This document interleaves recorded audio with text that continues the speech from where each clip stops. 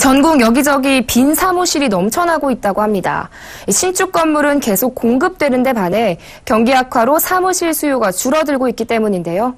보도국 양한나 기자와 함께 자세한 이야기 나눠보겠습니다. 안녕하세요. 네, 안녕하세요. 네, 전국에 빈 사무실이 넘쳐나고 있다면서요? 네, 사무실이 밀집한 서울 강남과 여의도와 같은 도심 지역도 빈 사무실이 수두룩하다고 합니다. 지방은 더 심각한 상황인데요.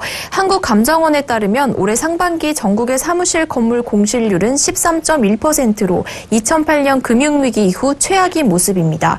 2008년 당시 공실률은 5.4%로 지금의 40% 수준에 불과했습니다. 서울의 공실률은 11.1%로 전국 수치보다 조금 낮지만 2008년 당시 3.8%였던 것에 비교하면 3배 가까이 높은 수준입니다. 임대료가 비싼 큰 건물의 사정은 더욱 좋지 않습니다. 서울권 중소형 건물의 공실률은 10%인데 반해 대형 건물은 13.1%로 평균치보다 높은 수치입니다.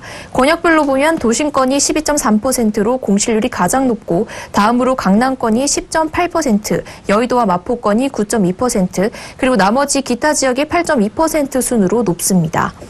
지방 현편은 더욱 심각한 상황인데요. 부산과 대구는 공실률이 15에서 16% 선이고 인천과 광주는 18%대, 대전은 21%대가 넘습니다. 임대료를 제대로 받기 위해 공실이 없는 것으로 위장하는 경우가 많아 실제 사정은 더욱 좋지 않을 것으로 보입니다. 네, 그런데 이렇게 공실률이 넘쳐나게 되면은 어떻게든 이 빈 사무실을 채우기 위해서 임대료가 낮아지는 건 아닌가요? 네, 그런데 빈 사무실이 넘치는 데 반해 임대료는 크게 낮아지지 않았습니다. 올 상반기 전국의 사무실 건물 임대료는 제곱미터당 14,800원이었는데요. 2008년 때 15,000원이었던 것을 비교하면 별로 낮아지진 않은 수치입니다. 하지만 이 기간 서울은 18,600원에서 25,500원으로 올랐습니다.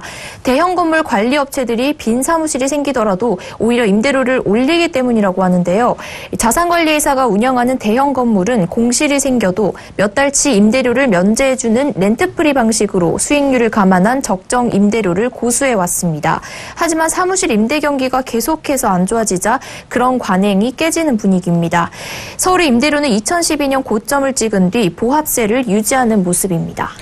네, 근데 뭐 대형 건물은 그렇다고 치더라도 이 작은 건물들은 원래 임대료를 고수하기가 어려울 것 같은데요. 네, 그렇습니다. 그래서 사정이 좋지 않은 중소 건물들은 임대료를 내려서라도 빈 사무실을 채울 수밖에 없습니다. 아예 비워두는 것보다 얼마라도 세를 받는 것이 이득이기 때문입니다.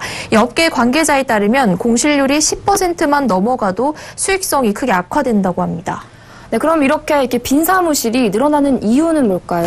업계에서는 이 빈 사무실이 크게 늘어나는 주요 원인으로 신축 건물이 너무 많이 공급됐기 때문이라고 하는데요.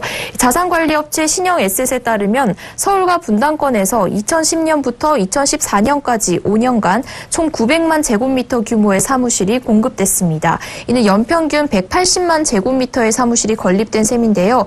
이는 63빌딩의 약 11개 규모고요. 2001년에서 2009년까지 연평균 공급 물량인 83만 제곱미터의 2배가 넘는 수치입니다.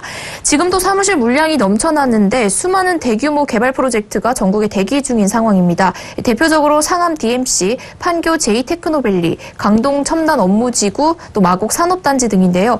전문가들은 주택시장과 마찬가지로 임대사무실도 수급 상황에 맞춰 공급 물량을 조정하는 시스템 구축이 시급하다라고 입을 모으고 있습니다.